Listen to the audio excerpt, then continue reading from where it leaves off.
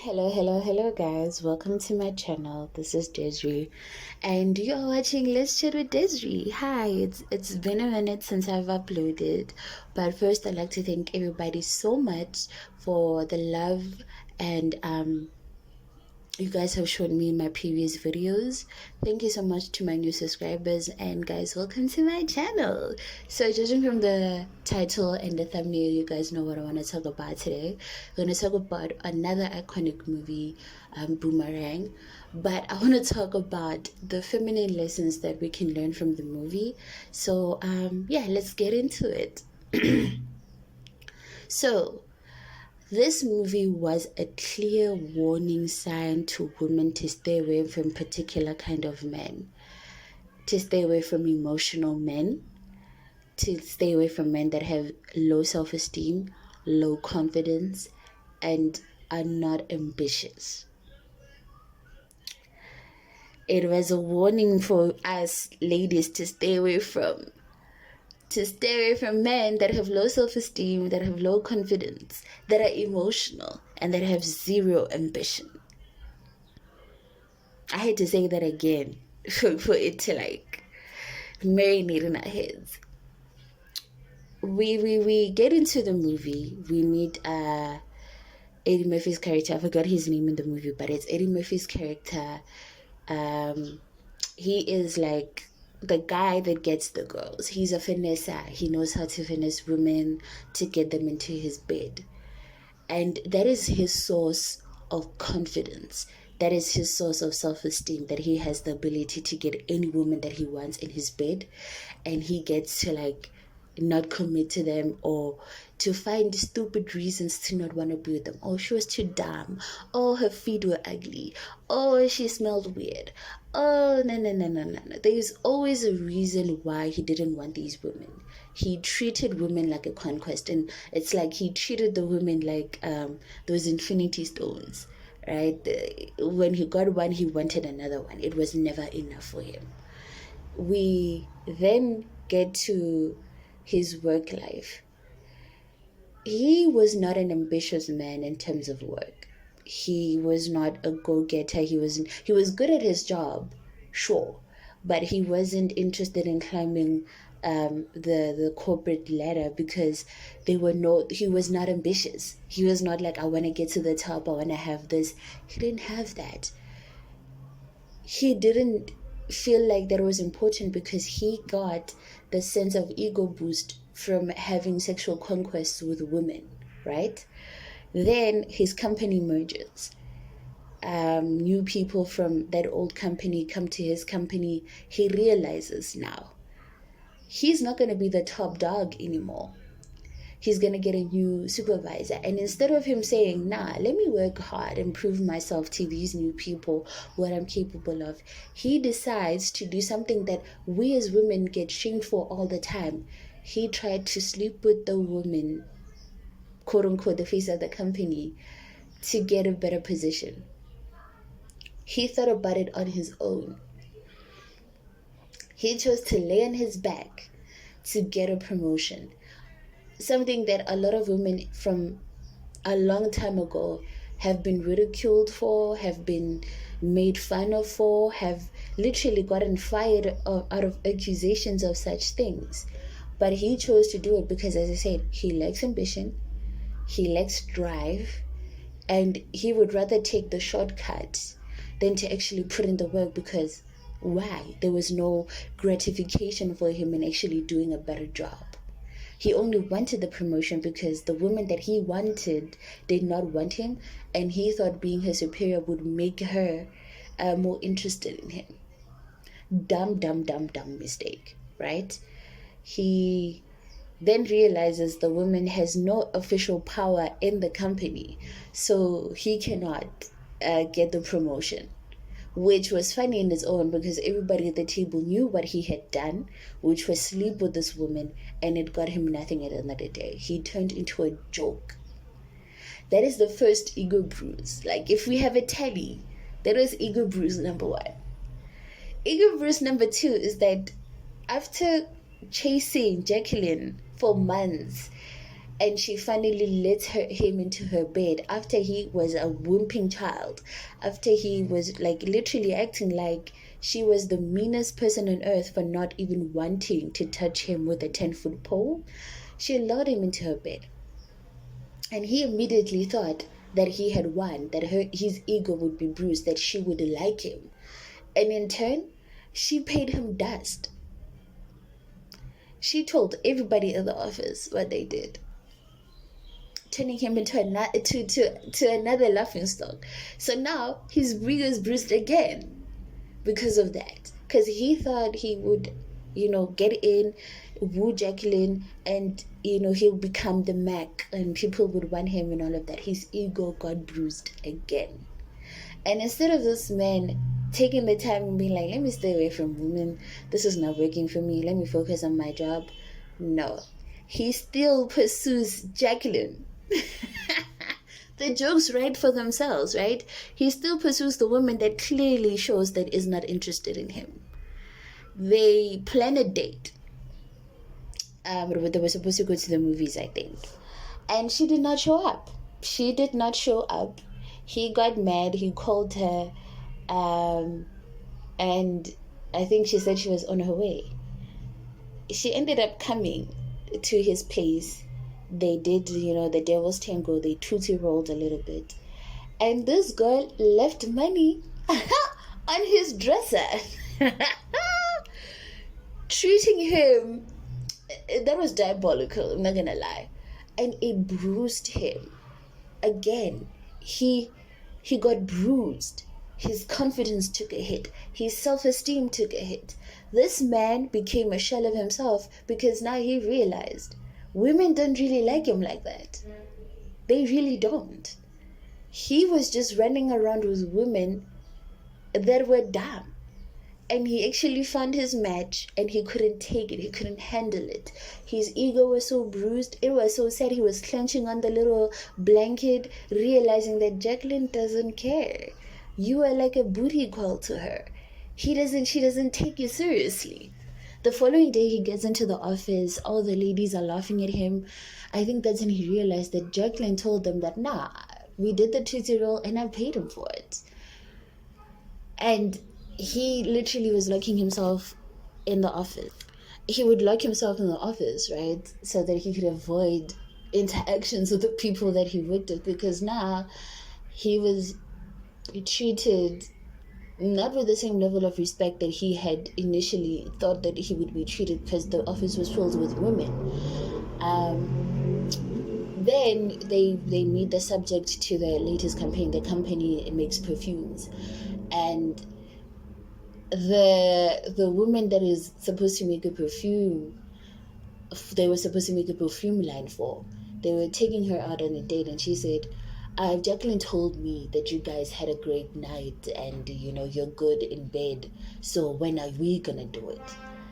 And the guy said, huh? And Murphy said, what? I was like, yeah, Jacqueline told me that you did this and you did that and we did. So I want to know, when are we gonna do it? He felt so used, like he was a piece of meat. And I love this movie because it is the reverse of feminism. It really shows that men cannot take the sexual exploitation that women have to deal with on a day-to-day basis. Because imagine somebody looking at you and saying, they told me that you can do this, when are we gonna do it together? Like, you are a piece of meat. And he felt so low about himself that it knocked his self-esteem again. It just dropped. And in comes Angela, which is a representation of, I can save him, I can make him a better guy. Girls, we don't do that. Don't ever subject yourself to such ridicule, because the moment you do that for a man, you build him up, you boost his self-esteem, he's gonna run and go after the same woman that bruised it. It doesn't matter what you do. It doesn't matter how healing you are.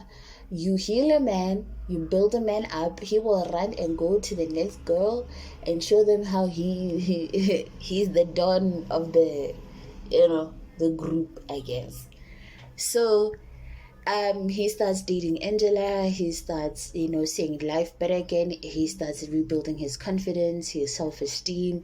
He starts doing his job better. They even eventually move in together. He actually starts being, that guy again. He starts having a pep in his step, right? Because of Angela. Angela was building him, loving him, putting life into him, speaking life into him, supporting him, holding his hand in moments of crisis, being his peace, quote unquote.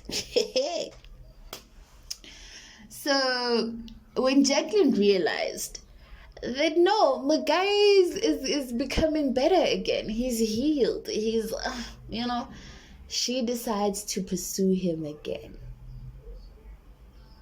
And what did this guy do? He fell for it. And what happened after? She used him, tossed him to the side. His ego gets bruised again. Angela now is like, hell no.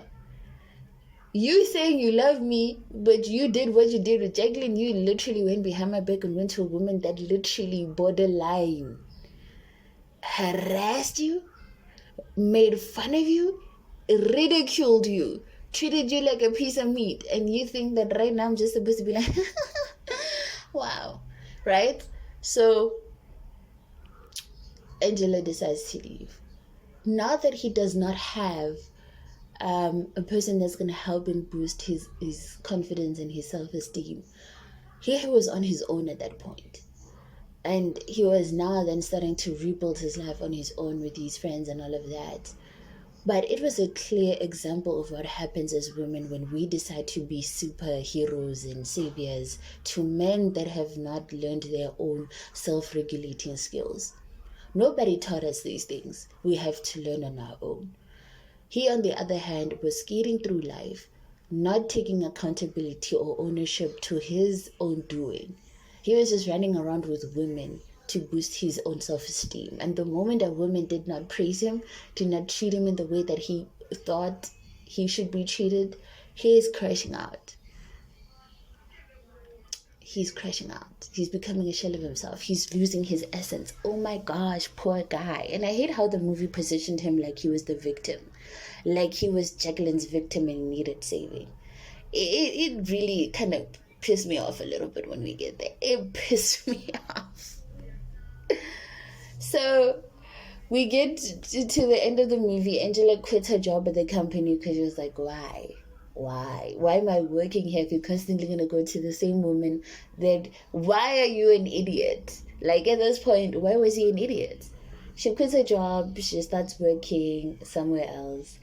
And this guy goes there and says, nah, this time I'm going to do better, blah, blah, blah. We get to the end of the movie. To me, this movie was a clear example of how when roles are reversed and women are the objects, are treated in that way in working environments, women get abused a lot. And the movie detailed how for when men, it happens to men, men are the victims. They are treated with a certain level of grace and understanding, right? As I said, the movie positioned him as a victim. Like, poor guy, Jacqueline used him. Poor guy, people are gossiping about him. But women go through those things on a day-to-day basis, and nobody says, poor girl. Nobody says, poor girl. Nobody says, oh, let me come and help you, right? How many women have said, my boss was pursuing me for so long and my job was on the line and I had to give in? How many women have said, I needed a promotion and the only way that I could get it was through my, laying on my back? How many women have said, I made the grievous mistake of having a relationship with a co-worker and now the whole office or the whole company is talking about how much of a,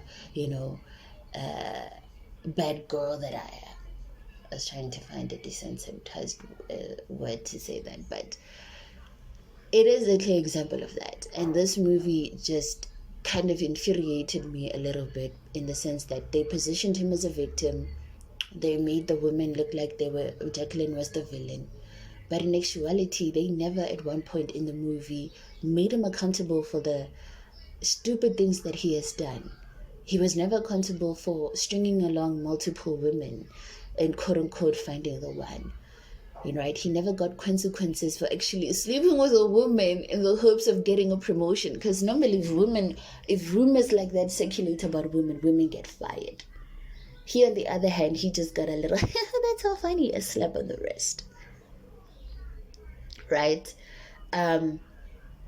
He slept with his supervisor. Not even once, multiple times. Rumors were spread out. If a woman, rumors were that and he was a woman, yeah, she would have been fired. They wouldn't even have hesitated. But because it's a man, it's supposed to be funny. Like, ha ha ha, it's funny. He slept with his supervisor. Ha ha ha, she's evil. She's using him. Oh my gosh, he's the victim. But in actual movies, they don't care if you're the victim. In actual real life, when it's a woman, you get fired. You lose your job. You lose your credibility. You lose your reputation, right? Which is also one feminine lesson that we should also learn. Do not date in your workplace. Don't eat where you work. Don't play with your money. Don't play with your reputation. Because as much as this is a job that you're working a 9 to 5, it's where you're getting your money and you're building your reputation for if ever you want to get another job. Don't let your reputation be, she dates supervisors. She does this. She sleeps her way to the top. Let's not let that be your reputation, ladies. And I think number 2 is don't build a man. I don't care if it's financially. I don't care if it's emotionally. Don't build a man. Especially a man that has shown that he is capable of not self-regulating on his own. A man that has zero ambition. A man that's willing to go back to the side of injury, the side of accident. You just got run over, you go there again, you get run over again. And a woman is supposed to be like, stop, don't do this, you're hurting yourself. That's stupid. I'm sorry, that's stupid. And I think the third lesson is, which is very important, in a world full of Angelas, we should be a Jacqueline. Don't ever think that your love, your kindness, and your support will heal a man. You should actually put yourself first. Jacqueline was a personification of Sprinkle Sprinkle. She said, you have nothing to offer me. And that is the truth. Eddie Murphy's character had nothing to offer a woman. He had no ambition, he had no drive, he just worked a job, he had money, and then he was just running around with women. He had nothing to offer. He couldn't offer stability. He couldn't offer any maturity in any way. He couldn't even offer a life. He couldn't offer that because he didn't have that. As I said, low self-esteem, low confidence, zero ambition. Jacqueline was above him in her work. What was she gonna gain from being with him except for having to build him up, right? As I said, in a world full of Angelas, you should be a Jacqueline. You should center yourself and your life and be able to discern that, this guy does not have anything to offer me. He clearly cannot be a good boyfriend, a good partner, because why is he chasing every girl out there? He has issues to work on. Why is he willing to be humiliated to prove a point that he is the man? Number 2, why is he not being ambitious to build his own career? Why is he willing to sleep with a woman to get to the top? That should also scream alarm bells. That is a red flag. I don't care what anybody says. That was a red flag. Because, sir, why are you not working? Why are you not achieving and building things for yourself? Why? Tell us why. But I think there was a clear lesson for us women that if you do not at any moment center yourself and be selfish enough to be like, this is a line that I'm not willing to cross. I want a man that can offer me stability, that is confident in himself, that has self-regulation skills, that has a high self-esteem of self, and can actually offer me stability. right? That can actually build me as a woman emotionally, mentally, a little bit of financially, But we're talking about a man that his whole purpose in the movie was chasing a woman that did not want him. If that's not desperate pygmy behavior, I don't know what is. Hence, I'm saying that this movie was an inverse feminist movie. It was funny to me, right? Like seeing it now as an adult, and I'm like, this is the funniest thing ever. Because why the hell, as a man who is mature, who's older than the age of 30, why are you still running around after a woman who clearly showed you more than once that she does not want you like that? Who literally laughs at you. You see, Jacqueline was like the goat, because she literally made fun of him right to his face. She did not even hide the humor. He would walk into the office and find her gossiping about him to his face. And you're telling me that we shouldn't be like Jacqueline? Jacqueline said, you want to play them games? Come play with me, baby. And you're thinking, in this world, that I want to be an Angela, where I'm going to be sitting at home cooking and cleaning for you, and you don't even come home and you're chasing a Jacqueline? You gotta be kidding me.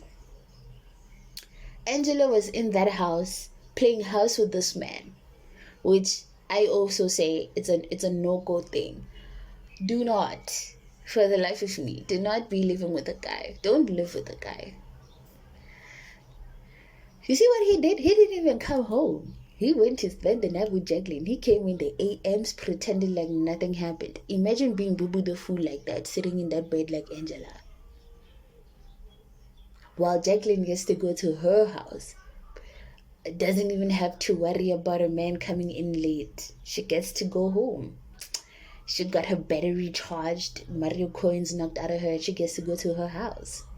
And you are the Angela, waiting for this man to come home. That's ridiculous. That is ridiculous. And I hate how movies teach women to be like Angela. Be supporting, be nice, and then at the day you'll get your guy. No. Be a Jacqueline. Be a Jacqueline. Be about yourself. Be selfish. And I say this in the Legally Blonde video. Be selfish enough to choose yourself. Because nobody's going to choose you. Nobody's going to come and save you. You have no savior. No man is going to save you. No guy is going to pick you. And this is not a fairy tale. You're not going to live happily ever after. You have to choose yourself. Be selfish enough to look at situation and be like, this is not benefiting me. I'm going home. Be selfish. Jacqueline is selfish enough to do her work, get whatever she needs, and leave. She mastered the art of leaving. And that is something that I want us women to learn. And in that movie was a clear example. As much as I can talk about how it is unfair, but I want to talk about how it teaches women that we need to settle and build a man up. Sure, he has the money and the job, but he has no emotional skills. You can teach him, ladies, and he'll be the perfect guy for you. Ridiculous. Stupid. Don't ever do that. They are laughing at us. And we talk about this on a day-to-day basis, that there are men that are energy vampires. We talk about men that are energy vampires, and they're capable of using women to recharge themselves and live a better life, like conversations about Kevin Gate and Draker, his wife. Men like that are real. And this movie literally showed us that if you do not, as a woman, be selfish with your energy and who you love and who you nurture, you'll end up nurturing a man that is literally not going to do anything for you. Because judging from what we saw in the movie, Eddie Murphy's character had nothing to offer Angela. He did nothing for her. Hell, I don't think he even bought her anything. I'm just saying, he offered her nothing. Dust, but she had so much to give to him. It was funny. That's crazy. And the fact that he initially did not even want Angela because she did not fit a certain aesthetic, to me was screaming volumes. He did not like her, and she insisted on sticking around, being a doormat, a golden retriever. Do not be a golden retriever, be a black cat. I can't believe I even said that. But be a Jacqueline. Be selfish enough to put yourself first and not run around a man that has nothing to give you except for little doggy treats. That's literally the lesson. But anyway, thank you for watching. Thank you so much. And if you have any opinions on what I said, please do tell me in the comment section. Please like, share, and subscribe. And thank you for watching.